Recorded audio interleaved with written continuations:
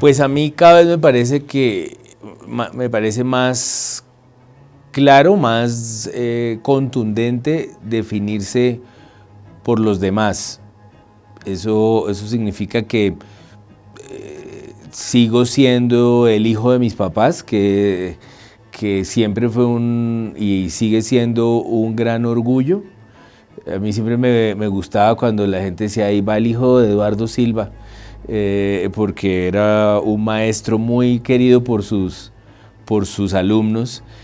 O cuando mi mamá me llevaba a las oficinas, ella usualmente era la jefe de las oficinas, y entonces era pues un orgullo muy grande. Y llegó el hijo de la doctora Marcela, y era como un título nobiliario. Y ahora me pasa frecuentemente que voy como un marido invitado a las comidas a las que invitan a Carolina, y cuando va al colegio mis hijos dicen, ahí va el papá de Inés Silva o el papá de Pascual, y a mí me produce mucho orgullo. Entonces esa sería una respuesta muy satisfactoria para mí. Quizás para los demás tendría que decir que me la he pasado escribiendo libros durante toda la vida, que he escrito sobre todo novelas, y que para poderme comprar el tiempo para escribirlas, al mismo tiempo he escrito para los medios de comunicación. Entonces he escrito en las revistas de semana cuando era otra clase de revista, y he escrito en los últimos 14 años para El Tiempo, sobre todo una columna de opinión sobre el mundo político en general. Y eso significa que más o menos siempre he tenido la misma vida, y para mí ha sido una vida muy parecida a la de cuando estaba en vacaciones en el colegio, lo cual no está mal. Nada mal. Nada mal. En un primer momento, cuando empecé ya a escribir con más juicio, que habrá sido más o menos desde los 17 años, el tiempo no me daba sino para escribir cosas cortas. Entonces durante mucho tiempo escribí poemas, y luego, leyendo teoría al respecto, es lógico que cuando alguien está muy joven escriba poemas, porque su mayor preocupación es el presente y los amores que son tan dramáticos, y los descubrimientos y la sabiduría de cuando uno es muy joven, que es mucho mayor la sabiduría de cuando uno es muy joven a la de cuando uno ya está más viejo, porque uno está como en estado de alerta y todo, y le encuentra la gravedad y las traiciones que hay por ahí en el mundo. Y entonces uno responde con poesía, y empieza quizás, si acaso tiene inclinación a la prosa, empieza quizás a hacer cuentos, que es lo que puede hacer. Pero con el paso de los años a mí me pasó, quizás porque escribir novelas es un reto, quizás porque es una terapia de choque, porque uno está contenido durante meses, obligado a levantarse y a luchar con un texto durante meses. Quizás por eso me empezó a pasar que sobre todo se me ocurren novelas, ya no se me ocurren cuentos. Es decir, si me ponen la tarea y me dicen, por favor hágame un cuento, yo la puedo hacer, trato y la hago, pero no se me ocurre naturalmente. No me despierto un día con una idea maravillosa para un cuento, ni meto a la ducha y ahí mismo tengo que salir porque tengo un cuento en la cabeza. No se me están ocurriendo los poemas, no se me están ocurriendo los cuentos. Desde hace mucho tiempo se me ocurren las novelas, y eso también tiene una explicación que uno puede encontrar en lo teórico, y es, pues yo no soy viejo en el sentido estricto del diccionario, pero ya tengo 48 años, y entonces tengo una cantidad de cosas hacia las que puedo mirar. Me han pasado una cantidad de cosas sobre las que puedo reflexionar, y las que puedo criticar, y las que puedo resolver. Y la novela es el género de la gente que está viendo hacia atrás, usualmente, repito, dicen las teorías, pero además es el género que documenta un mundo, es una historia con una voz poética sin duda, pero es una historia que documenta algún mundo. Por ejemplo, el mundo del fútbol en una novela que escribí que se llama Autogol. O por ejemplo, la Bogotá del siglo XIX en una novela que escribí que se llama El libro de la envidia. Hay una vocación allí de investigación, de documentación, que a mí me gusta mucho y por eso creo que me quedé en la novela hace ya rato. Las ideas tienen una parte misteriosa y una parte evidente, es decir, hay una parte en la que uno se le ocurre, un comentarista deportivo pita, un gordo, que ve el autogol de Andrés Escobar y se queda sin voz. Digamos, esa es una idea que puede venirse a la cabeza, pero detrás de esa idea hay una necesidad que uno no entiende, y es que meterse en una novela como Autogol que tiene 400 páginas, pues eso requiere una necesidad, requiere que sea necesario para uno, para su propia salud mental hacerlo. Es por algo que uno no sabe del todo que se está metiendo a contar esa historia. Y luego uno a veces lo descubre, a veces lo descubre años después, pero sí hay unas historias que quizás todas las que yo he escrito finalmente me han resuelto deudas conmigo mismo o dudas o investigaciones sobre la vida y sobre mi propia vida con las que no contaba. Han sido buenas para mí y yo creo que buenas para la gente que me rodea, porque no boto mis asuntos ni mis líos en otro lugar que no sea esas novelas.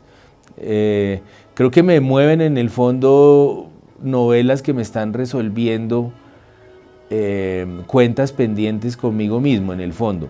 En un primer momento, repito, suenan como ideas divertidas o como fascinantes o tramas que pueden ser deliciosas de escribir y quizás de leer, como el loco que quiere demostrar que José Asunción Silva no se suicidó sino que lo mataron, o como por ejemplo la carrera de relevos de cómo perderlo todo, un profesor caído en desgracia y cómo los personajes que lo rodean pues van reaccionando a esa situación.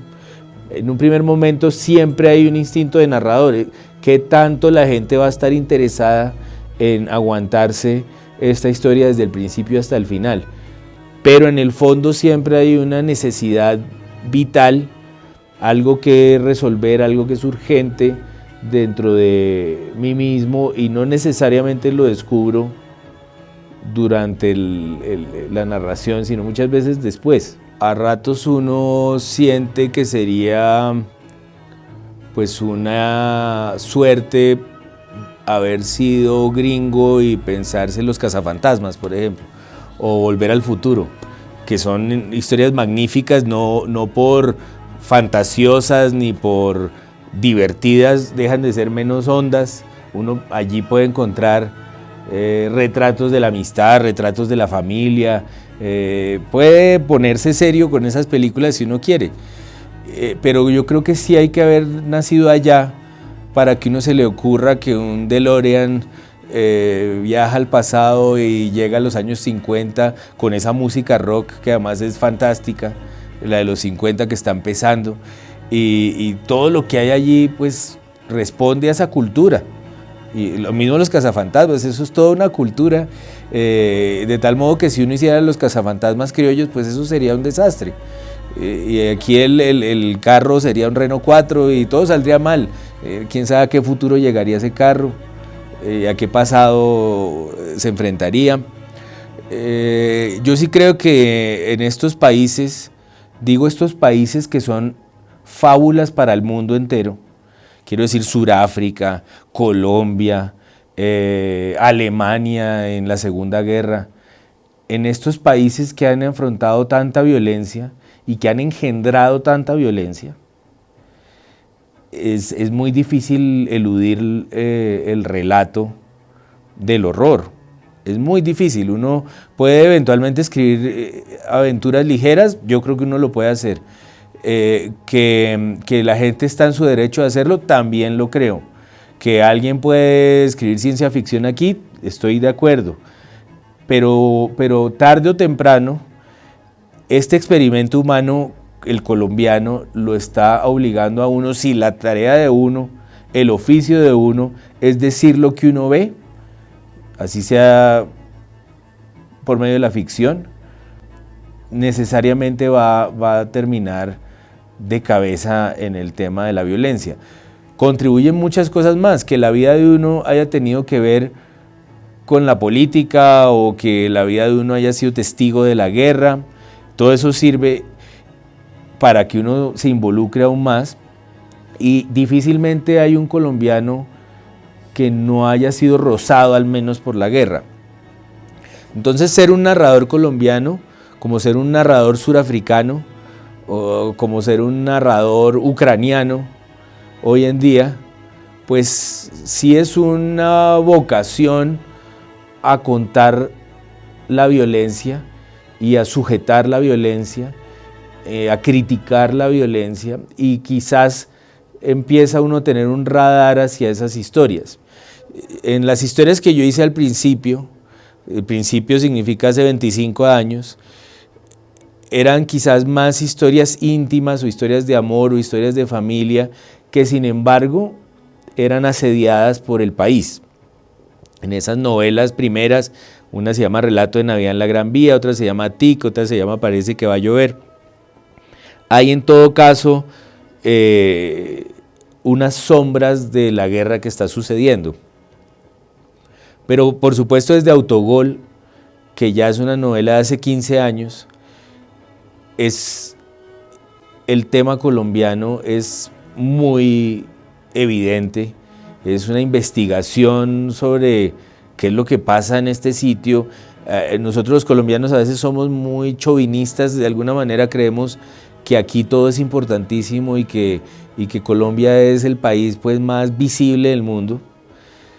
Pero en honor a la verdad, Colombia sí es un caso muy particular. La violencia que pasa acá ha sido y es muy particular, y las cifras, si queremos ser ya objetivos, pues sí respaldan la idea de que aquí hay pues, un horror que solo sucede acá y que solo ha sucedido acá en esas dimensiones. Bueno, don Raúl Carvajal, la primera vez que yo tuve noticia de él, cruzó Colombia, desde Montería hasta Bogotá realmente, en su camión Dodge en ese momento, y llegó hasta la Plaza de Bolívar, la atravesó con el camión y parqueó el camión en la mitad de la plaza y sacó al techo de la cabina el cadáver de su hijo. Llevaba el cadáver porque se lo habían devuelto en el cementerio de Montería. Le habían dicho que no había pagado no sé qué platas y que entonces tenían que devolverle el cadáver. Y fue, digamos, un golpe muy duro para su espíritu. Fue pues un dolor muy grande que no solo le hubieran asesinado a su hijo por negarse a cometer falsos positivos, no solo habían asesinado a su hijo por ser un soldado honorable, sino que además no eran capaces de dejar su cadáver en paz. En esa escena para mí fue muy fuerte, muy definitiva, y quedé con una claridad sobre quién era él desde ese momento. Eso fue, digamos, hace 12 años, más o menos. Luego don Raúl, en los últimos 10 años de su vida, dándose cuenta de que ese acto, cruzar Colombia en un camión y parquearse en la Plaza de Bolívar, había llamado la atención, dándose cuenta de que entonces sí lo escuchaban y lo miraban y se preguntaban qué era lo que pasaba con él, pues decidió que venía a Bogotá, se parqueaba en la Jiménez con Séptima en la iglesia de San Francisco, enfrente del Banco de la República, en diagonal al periódico El Tiempo, a unos pasos de donde mataron a Gaitán. Se paraba ahí todos los días y hacía el trabajo diario, desde las 8:30 hasta las 5, de contarle a cualquiera que se pasara a su lado la historia de cómo mataron a su hijo por negarse a obrar mal. Siempre encontró maneras de que el país lo atendiera, lo escuchara. Se metió a la finca del presidente Uribe en su momento a contarle lo que había pasado. Después buscó a Uribe en la Plaza de Bolívar un día que se encontraron, y hay un video que es más o menos famoso de ese momento. También buscó a Santos, se encadenó a la fiscalía, se metió a un encuentro de víctimas en el Congreso. Entendió en ese momento en que cruzó el país de Montería a Bogotá con el cadáver de su hijo, que la única forma de justicia que queda en un país que lleva una guerra de 60 años, es decir, un país degradado por la guerra, con la justicia pues a un ritmo muy lento porque hay demasiado que juzgar en este país, entendió que la justicia era contar la historia y que todo el lío se reducía a que la gente lo viera y lo escuchara.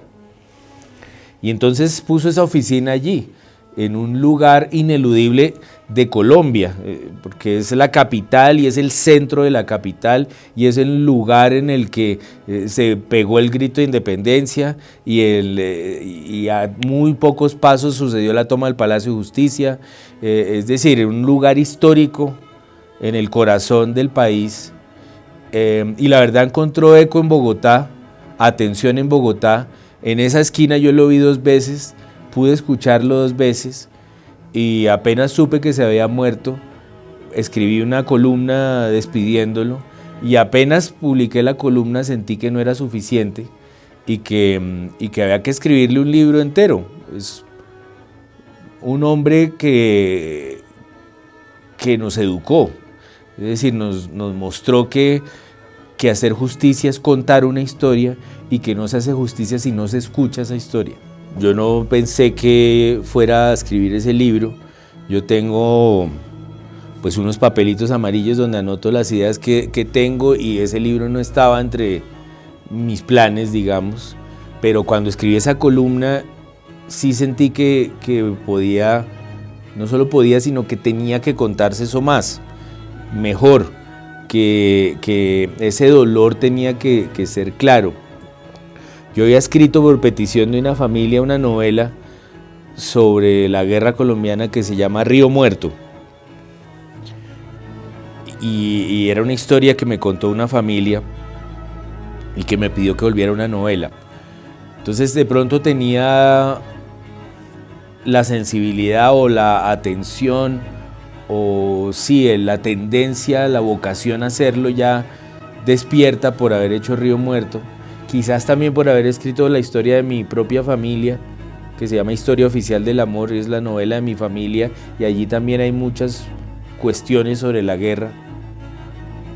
Y entonces sí pensé que un libro era importante, pero antes de lanzarme a eso, y solo con esos 2 encuentros con don Raúl, más bien fugaces, en los que yo era pues un espectador de lo que él estaba contando, solo con esas dos antecedentes, pues no me sentía con mayor autoridad para hacerlo. Tenía la novela de mi familia y Río Muerto como parte de mi hoja de vida, digamos, para hacerlo, pero sí busqué a la familia, sí busqué encontrarme con la familia, y en una primera reunión con la familia en la que todo salió bien y nos dimos cuenta que nos entendíamos perfectamente y nos sentíamos cómodos en esa situación, yo creo que ellos fueron los primeros en proponer que se hiciera el libro. Yo creo que en esa conversación Patricia, Doris Patricia, que es la hija mayor y es la jefe de esa familia en este momento, ella fue la primera en decir, yo creo que hay que hacer ese libro. Yo tenía como carta de presentación haber hecho la columna y haber hecho esas novelas, y a ella le sonó y a su marido también, y ahí yo empecé a investigar mucho, a hablar mucho. Tenía también un puente muy importante que es el abogado de ellos, que se volvió el abogado de don Raúl unos días antes de su muerte. Don Raúl tuvo un último momento de gloria en su vida, que fue el estallido social, en donde lo declararon el padre de la resistencia y lo llevaron allá a Los Héroes, y en Los Héroes agitaba una bandera y todos lo cuidaban como sus hijos y lo hacían sentir como el papá de la resistencia. Ese fue un momento de gloria, pero al mismo tiempo pues eso sucedió en la pandemia y también pues lo agarró la enfermedad en esos últimos días. En esos últimos días alcanzó a encontrar un abogado que le sonó por fin. Siempre daba con abogados que le decían esto se puede lograr, vamos a hacer esto, consigamos tanta plata, y entonces siempre había problemas entre algunos que no parecían tan sinceros, otros que no sabían por dónde ir, hasta que dio con este último abogado, que es Miguel Ángel del Río, que es un abogado muy conocido, un penalista muy conocido y muy dado a casos de víctimas. Y con ese puente también, el de Miguel Ángel, yo creo que todos estábamos tranquilos en que íbamos a escribir un libro por las razones correctas, es decir, un libro con puro corazón, no un libro de denuncia, no un libro periodístico. A todos nos pareció que tenía que ser un libro como los que yo había hecho, es decir, una novela. Como es una novela, decía antes, documenta un mundo. ¿Qué mundo documenta? El siglo XXI colombiano, con sus presidentes y con sus líos, con su vocación a la violencia y a la guerra, pero también a los acuerdos de paz y a los levantamientos de paz, a las protestas por la paz. Y entonces es un libro que es un retrato y un homenaje a don Raúl, tiene ese corazón, pero también es un libro que documenta el mundo al que él se estaba dirigiendo. Él estaba tratando de que la gente colombiana que pasa de largo por la guerra, porque está acostumbradísima a sus cifras y a sus imágenes y a sus noticias, se detuviera y le parara bolas y escuchara una historia de la guerra, que es un muy buen resumen de cómo aquí se nos ha revuelto el corazón y el estómago, todo con todo, y ya muchas veces no sabemos qué está bien y qué está mal. Y yo creo que tiene que ver con atar cabos, tiene que ver con lo mismo que le pasa a una persona con su vida, con todos los huecos que puede tener la historia propia y todas las piezas sueltas que puede tener el rompecabezas que es uno mismo. Yo creo que lo mismo pasa con una comunidad, lo mismo pasa con una cultura. Hay momentos de la historia de una cultura, de un país o de una persona que son borrosos, que son dolorosos de encarar, que son traumáticos, y el ejercicio de memoria es un ejercicio terapéutico. En Colombia es particularmente importante el ejercicio de memoria porque este ha sido un país particularmente machista. Ha sido realmente un país muy violento también por lo machista, por lo militarista, por lo fanático. Y entonces cualquier asomo de terapia ha sonado a cosa de mujeres, con la mano volando en señal de desprecio, a cosa como a embeleco, como a que hay que tener más bien coraje y fuerza y ser macho y seguir adelante y tener cicatrices y no quedarse revisando, ni relatando, ni articulando, ni reflexionando, que eso es contrario a lo macho. Reflexionar, revisar, comprender, ir a fondo, todo eso es una derrota para un macho. Hacer terapia pues es la muerte. Contar historias pues es perder el tiempo. Hacer novelitas pues eso es de vagos.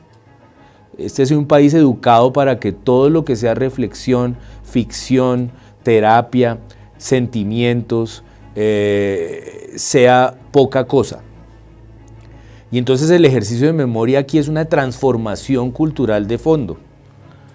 Recordar lo que nos pasó, revivir lo que nos pasó, reconstruirlo, atar los cabos de lo que nos pasó, que es lo que hace uno en terapia. Es una transformación cultural de fondo a la que han contribuido las artes. Hemos tenido arte estos 200 años tratando de hacer comprensible lo que nos sucede, pero al mismo tiempo hemos tenido reacciones muy violentas y desconocimiento del arte, desprecio del arte, sociedades que no han conocido sus novelas, sus libros. Durante muchos años de estos 200 años, nuestra sociedad no sabía leer ni escribir.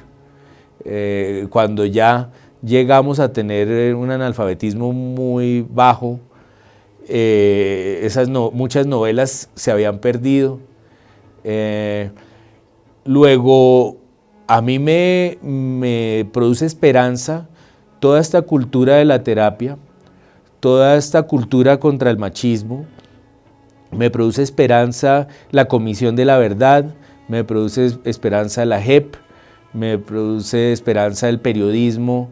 Hay mucha discusión sobre si el periodismo es bueno o malo. En general es gente en cubículos seria, buscando la verdad y haciendo su tarea. Me consta que el 98% de los periodistas, los que no son pues estrellas sueltas por el universo, son gente seria que hace su trabajo, usualmente mal pago, pero con amor por el trabajo. Son como profesores y como médicos, o sea, hay una vocación en el periodismo que uno no puede negar. Eso me da esperanza porque el periodismo sigue contando y ha contado desde hace mucho tiempo lo que nos pasa. De hecho, yo puedo escribir el libro del duelo porque hubo un montón de periodistas que reseñaron lo que pasaba con don Raúl en los medios más conocidos del país, no en medios oscuros hechos por una ONG, que, bueno, oscuros en el sentido de desconocidos, digamos, sino en, no sé, en las cadenas de televisión, en los periódicos que recibe todo el país, en fin. El periodismo ha hecho también una tarea que a mí me parece más esperanzadora de lo que alcanzamos a reconocer. La literatura, el arte, el cine, la música colombiana, la música popular colombiana ha contado lo que nos ha estado pasando y es cuestión de que transformemos culturalmente esta sociedad y reflexionar y hacer terapia y dolerse y hacer el duelo y llorar y ser vulnerables sea importante, sea valeroso y sea tan lleno de coraje como seguir adelante, como lo que hacíamos antes. Eso, le mataron a alguien, bueno, este país es así, siga adelante.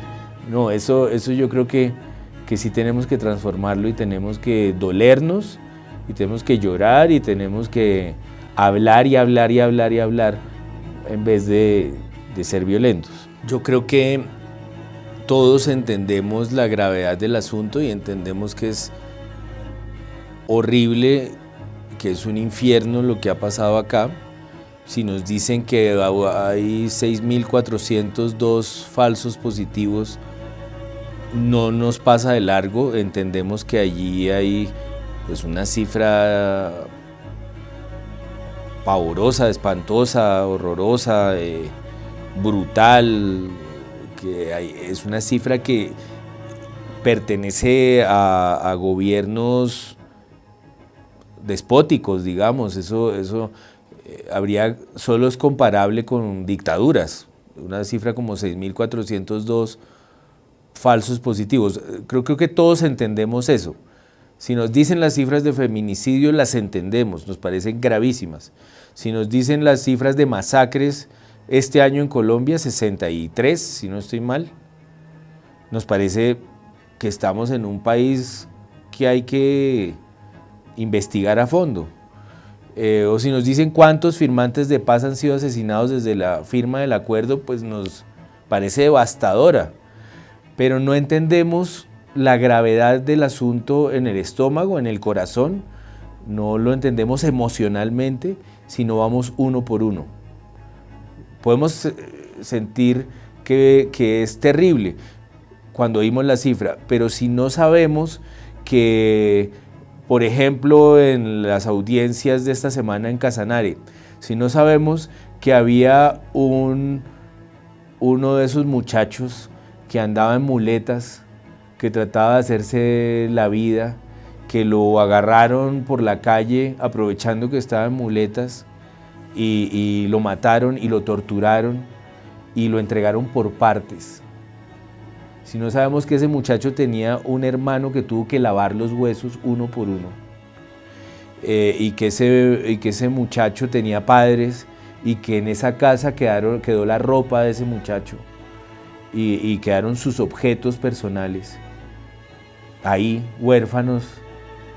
Si no vamos a ese caso en concreto, difícilmente nos vamos a detener y vamos a considerar que nuestro problema más urgente, lo que este país, esta sociedad, esta cultura tiene que hacer es detenerse y revisar por qué diablos puede pasar semejante crueldad desde nuestro Estado que financiamos nosotros mismos.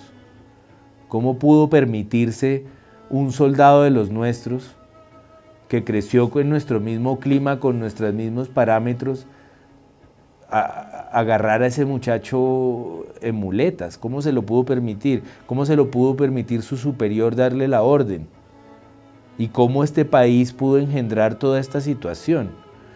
Si no lo contamos a ese muchacho que pasó en la audiencia de la JEP en Casanare, en Yopal, difícilmente nos vamos a detener. Si en cambio hablamos de cifras, pues sí, nos va a doler, sabemos lo duro que debe ser, lo imaginamos, pero no lo sentimos por dentro, no nos tuerce el estómago, no nos obliga a la sensibilidad. Y creo que ese es el valor que puede tener una novela sobre un personaje, sobre uno solo y su familia, y ver qué pasó, cómo fue el funeral de esa persona, quién se quedó huérfano, quién se quedó solo allí, qué cosas le gustaban a esa persona, qué quería hacer al día siguiente. Yo creo que esa es la manera de que todos nos sensibilicemos, de que salgamos de esta anestesia en la que vivimos, porque pues ya lo hemos dicho, y no sé si lo dijimos fuera de micrófonos o adentro, pero es difícil estar al día en el horror. Uno vive ocupado en mil cosas, tiene que sobrevivir, tiene que hacer plata, tiene que trabajar, tiene problemas en su casa, tiene dramas muy graves también en su casa, y con eso cuenta la guerra, con que estamos muy ocupados para sentir esa compasión, que es esa compasión detiene cualquier guerra. Si todos nos estamos alerta y dándonos cuenta y sufriendo, sintiendo dolor, el dolor de los demás, yo creo que ahí hay un comienzo del fin.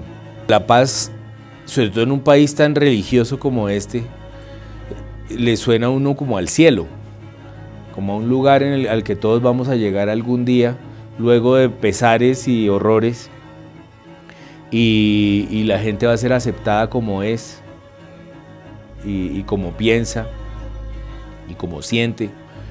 Y entonces es un punto de fuga del espíritu y no una meta del cuerpo, la paz. Y eso es lamentable, porque realmente cuando uno está hablando de paz, está hablando de fin de la violencia, de fin de la guerra, de fin del método de aniquilar al otro para prevalecer. En el fanatismo colombiano nunca ha sido suficiente ser algo, siempre ha habido que prevalecer, que ganarle al otro, que dominar al otro, que acabar con el otro. Siempre ha sido fundamental para uno ser algo. Y la paz es no hacer eso. La paz es uno poder ser sin acabar con nadie y sin que nadie lo acabe a uno.